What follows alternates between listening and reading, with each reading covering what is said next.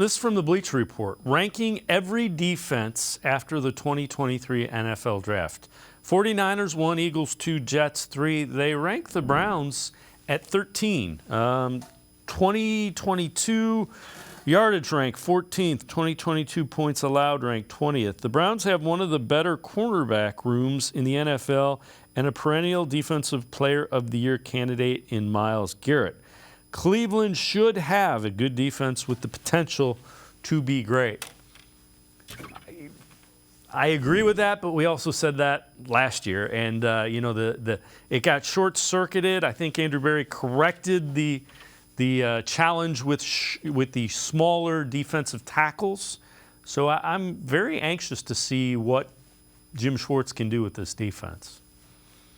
Yeah, and I think you touched on the biggest difference maker right there is Jim Schwartz. I think a huge upgrade over Joe Woods, who I thought, this defense really took a step back in 2022, and a lot of guys underperformed. As I said at that point, when you have almost across the board underachievement, that points to coaching, and that's got to get better. And I think, just the fact that you're going from a guy in Woods who looked over his head at times to a guy in Schwartz who's been a defensive coordinator for a long time, been a head coach, won a Super Bowl as a defensive coordinator.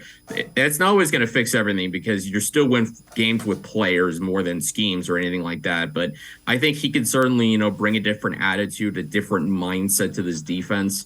And as we've seen Andrew Berry really do really interesting defensive tackle, trying to make sure that, run defense isn't an issue, because if run defense is not an issue, if it's solid, it doesn't necessarily have to be elite, but if it's good enough to get you into passing situations, then if you're the Browns, it plays into the strengths of your defense, which is those corners, Denzel Ward, Greg Newsome, Martin Emerson, and adding Juan Thornhill in the secondary to Grant Delpit at safety, who really came on at the end of last season.